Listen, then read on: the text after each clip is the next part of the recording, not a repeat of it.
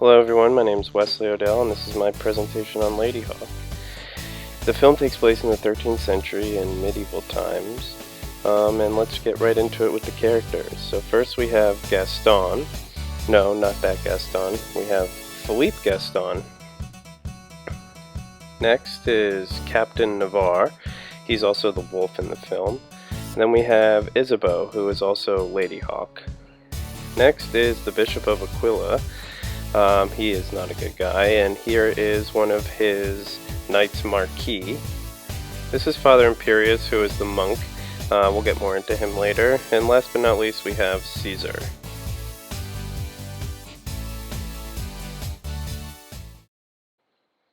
Ladyhawke is a compact story. It's presented as an origin story. There are some similarities to the other Beauty and the Beast stories, but for the most part, it is definitely a compact story. So to start out the plot, Philippe, he's locked in prison, and he's going to be hung for pickpocketing. He escapes through the sewers, and then he is tracked down by the soldiers of Aquila at an inn. He gets into a little skirmish with them, and then Captain Navarre actually saves Philip. Let's pause real quick and just go over who Philippe Gaston actually is. He is just a pickpocketer. He is very poor. It's evident that he's poor, and he's also weirdly religious. So he obviously comes from a city that is, ruled by religion, but he is constantly praying, but he is never honest in his prayer. Continuing on with the plot, Captain Navarre and Philippe stay together their first night at a farm that they run into. In the middle of the night, Philippe hears something outside and goes to see what it is, and it's actually one of the farmers, and he tries to kill Philippe. Out of nowhere, a wolf comes and kills the farmer and saves Philippe. We come to find out that the wolf is actually Captain Navarre.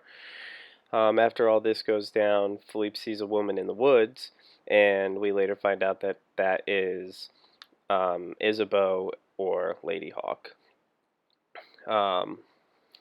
Philippe is scared after this whole encounter, and he says a prayer. He said, "I have not seen what I have just seen. I do not believe what I believe, Lord.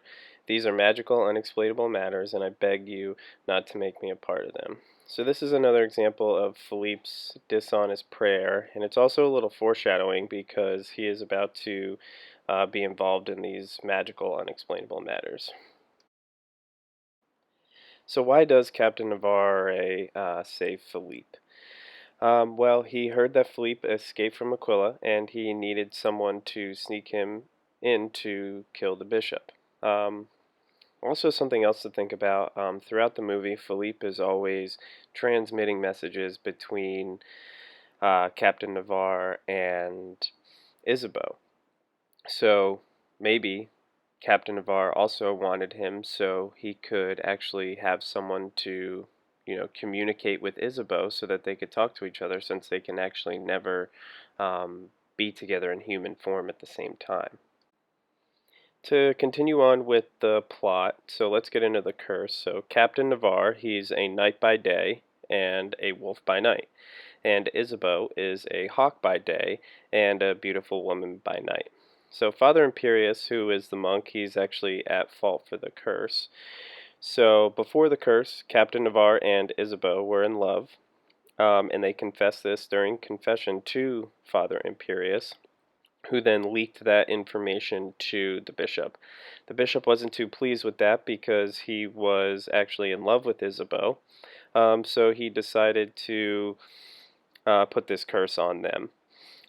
So they're never touching in the flesh, and they are always together but eternally apart.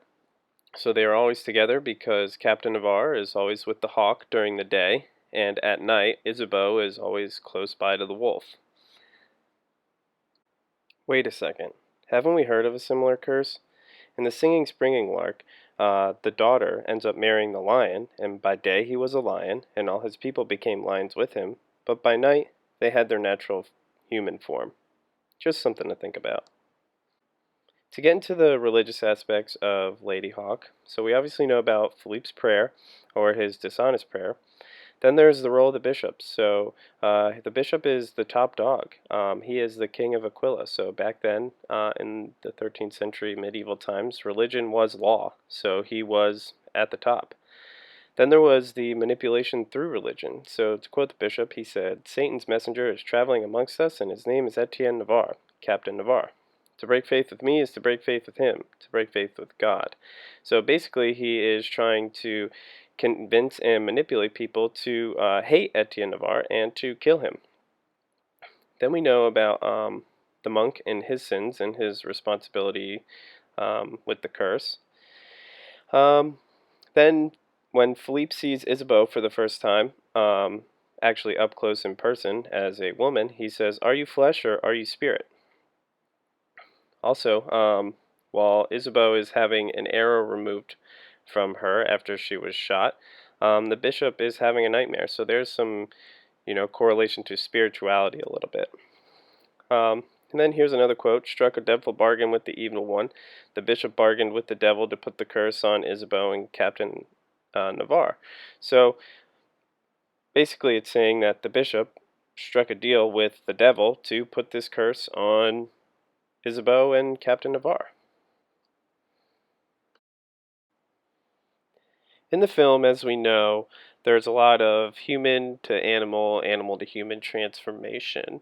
There are also a lot of animals in the film, but are there more human/animal characters than meets the eye? So, in an article by Angela Jane Weissel, The Hawk, the Wolf, and the Mouse, tracing the gendered other in Richard Donner's Ladyhawke, she says Philippe's ability to pass through impassable spaces makes him less than human. He is called a rat and a mouse, and these rodentious sentiments are confirmed by the Ladyhawke repeatedly biting him.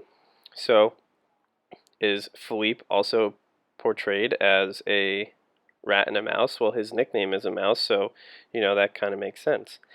Then she goes on to say, Goliath the horse appears to understand human speech, becoming affronted when Philippe calls him old girl. So Goliath is Captain Navarre's horse, and throughout the film it seems that she understands what either Captain Navarre or Philippe is saying. Then she says, Caesar, the wild man employed by the bishop to catch Navarre, is closer to the wolves he hunts than the people he works for, snarling, spitting, and finally dying when his head is snapped in his own wolf trap. So Caesar is a knight that works for the bishop, and he's sent out to kill or capture Captain Navarre, but while he's in wolf form. So Caesar goes out and actually ends up dying after he set a trap that he built for wolves. To continue on with the plot, the soldiers of the bishop show up to the monk's castle where Philippe and Isabeau are, and they try and capture them. Isabeau is able to turn into the hawk, and she flies away. Then Philippe tells the soldier that Isabeau flew away, and then Captain Navarre shows up and shoots the soldier with his crossbow. So he saves Philippe. So then Philippe says a prayer, always pays off to tell the truth. I see that now. So the tides are turning, right? Philippe's starting to tell the truth in his prayers. The monk finally convinces Captain Navarre to return to Aquila with Isabeau and to confront the bishop to break the curse and not to kill him. All four of them and Captain Navarre as the wolf sneak into Aquila at night. Philippe actually swims back through the sewers. And Captain Navarre tells the monk to kill Isabeau if he hears the church bells ring, meaning Captain Navarre was killed by the bishop or one of his knights. So Captain Navarre goes to the chapel and kills all the bishop's knights, but the bells do ring. The monk ends up actually not killing Isabeau, and she shows up in the chapel. So previously in the story, the monk tells Captain Navarre that there will be a night without day and a day without night, meaning that the curse can be broken so that Isabeau and Captain Navarre can be together for the rest of their lives. So how is this possible? During the skirmish between Captain Navarre and the bishop's knights in the chapel, a helmet gets thrown through the stained glass, and there appears to be a solar eclipse happening. So they needed both the sun and the moon to break the curse, and that is exactly what's happening with a solar eclipse. So that's when Isabeau walks in, and they're both finally together again. So this is very similar to the daughter in the Grimm story of the singing springing lark needing the help from the moon and the sun. So the dress came from the sun and the golden chicks came from the moon, which inevitably brought the daughter and the prince back together again.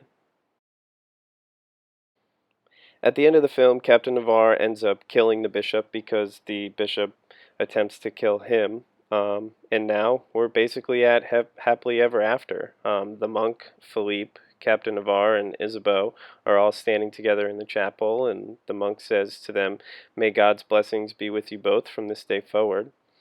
And then Isabeau, she turns to Philippe and says, "You are the truest friend I could ever ask for." So Philippe actually gets a happy ending too. He finally has a friend. He's not a loner, and he's started telling the truth again and being a good person.